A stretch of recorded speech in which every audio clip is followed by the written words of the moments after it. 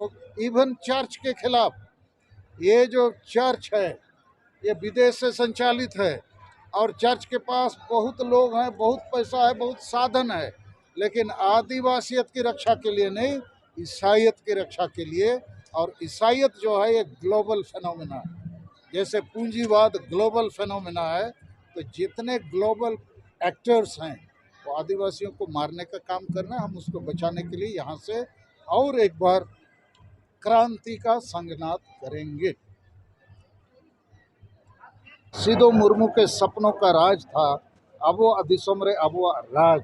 ये लूट खंड बन गया है, यहाँ लूट और झूठ का बाजार चल रहा है।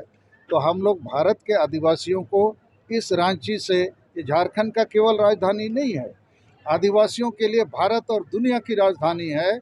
यहाँ हम लोग 5-6 राज्य और दूसरे देशों से भी लोग आए हैं। कोशिश करेंगे 1 बजे से 3 बजे के बीच हमारा भाषण होगा, संदेश होगा। और अभी नाच गान का कार्यक्रम चल रहा है और 5 प्रदेशों और विदेश से भी जो संताली भाषा, संताली आंदोलन आदि में योगदान किए हैं उनको हम लोग सम्मानित करने का भी कार्यक्रम चला रहे हैं। लेकिन मूल उद्देश्य है 22 दिसंबर 2022 को इतिहास को पुनर्जीवित करना है, उसके लिए एक बड़ी सभा का करना है। तो यही कार्यक्रम हमारा है। 22 दिसंबर 1855 हम लोग अंग्रेजों से संताल परगना को हासिल किए। इसका सिग्निफिकेंस ये है, भारत देश आज़ाद हुआ 1947 में, संताल आदिवासियों का देश आज़ाद हुआ 100 साल पहले 1855। और कार्ल मार्क्स ने लिखा है, दुनिया के बड़े दार्शनिक, कि अंग्रेजों के खिलाफ संताल विद्रोह या संताल हूल जिसको कहते हैं 30 जून 1855 से शुरू हुआ, वो दुनिया का पहला जन क्रांति था अंग्रेजों के खिलाफ।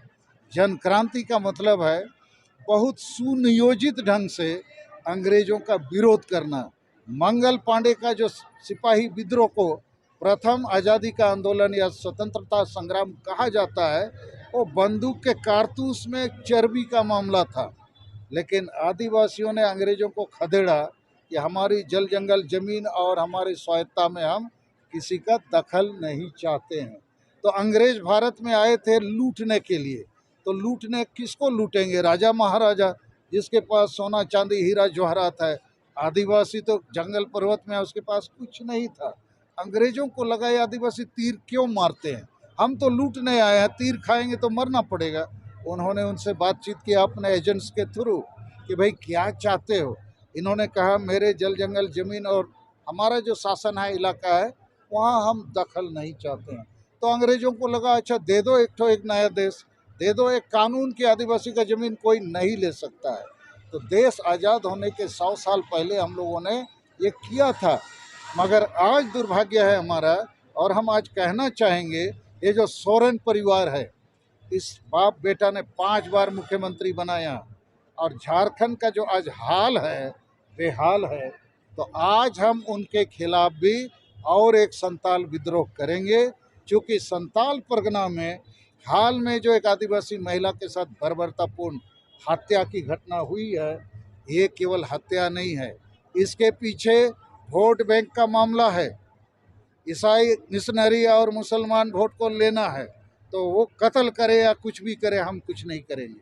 उसी प्रकार धर्मांतरण का भी मामला है कि पूरा संताल बांग्लादेश बन रहा है, उधर के सारे लोग संताल परगना पर हावी हो रहे हैं। इसके लिए सोरेन खानदान पूरी तरह जिम्मेवार है।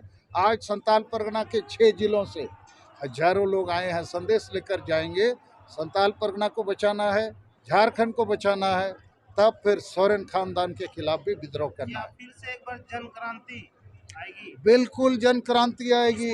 और ये जितने लोग आए हैं ना, अपने खर्चे अपने पैसे से, रात को 10,000 लोग यहाँ आ गए, शीत में ठहरे, अपने खर्चे अपने तरीके से, और ये वापस जाएंगे तो गांव-गांव में आग लगाएंगे, क्रांति खड़ा करेंगे। इस मंच से आह्वान करिएगा फिर से।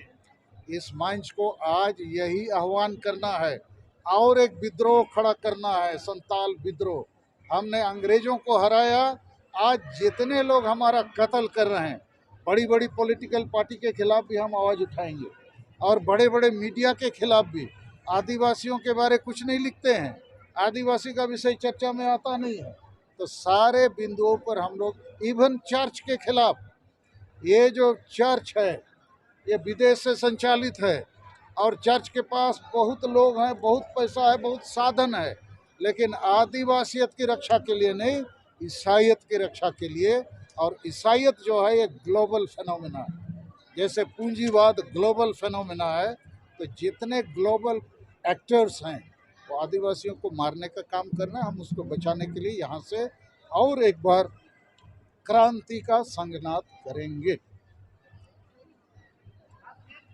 ठीक है।